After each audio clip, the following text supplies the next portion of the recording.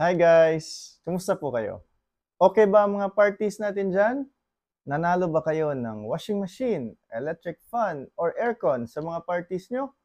If yes, then sana all! Yay!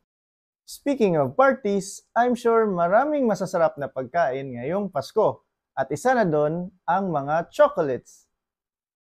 Talagang masarap ang mga chocolates, especially Ferrero Rocher, Cadbury, and Kit Kat or Snickers. Pero bakit minsan pinagbawalan tayo kumain ng chocolates? Masama ba sila? Let's explore together if they're really harmful or not. Hi, I'm Doc A, and you're watching Doc A TV.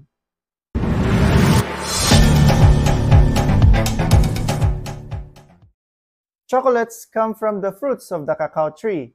The seeds are fermented, dried, roasted, and processed to make chocolates. Talagang mahabang process yon.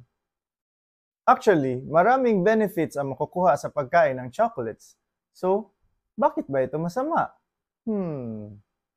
Well, here are the benefits that you can get from these lovely treats. Number 1. Chocolates are packed with flavonoids and polyphenols, which are powerful antioxidants, which neutralize the free radicals in the body. Ang effect nito ay maging mahina ang cell damage, which in turn lowers the risk for chronic diseases. Number 2. Dark chocolates improve heart health by improving blood flow because it relaxes the blood vessels. And, listen well, ito ang pinaka-importante. Dark chocolates decreases the LDL, which is the bad cholesterol, and increases HDL, which is good cholesterol. Chocolates contain theobromine and caffeine, which enhance brain function.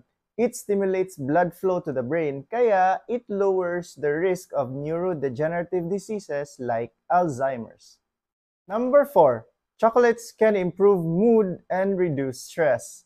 Chocolates contain tryptophan, which can increase serotonin and endorphin. Ang resulta ay maging happy ka. Yay! Gusto mo ba yan?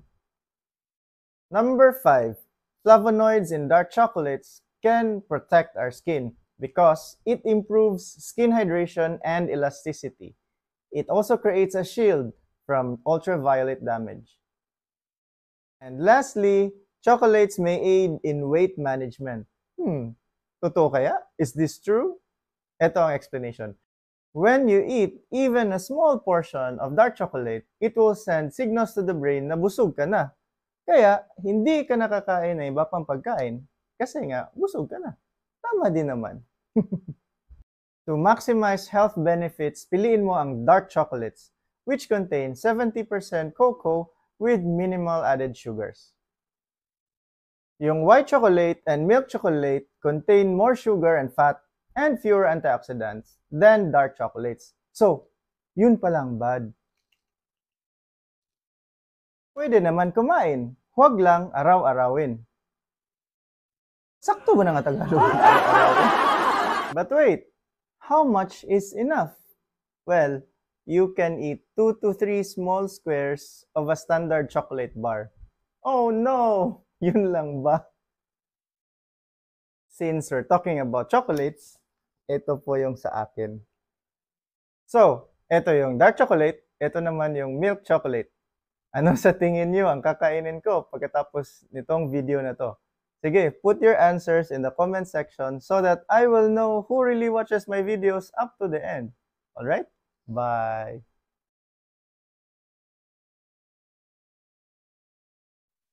Chocolates come from the fruit of the cacao tree.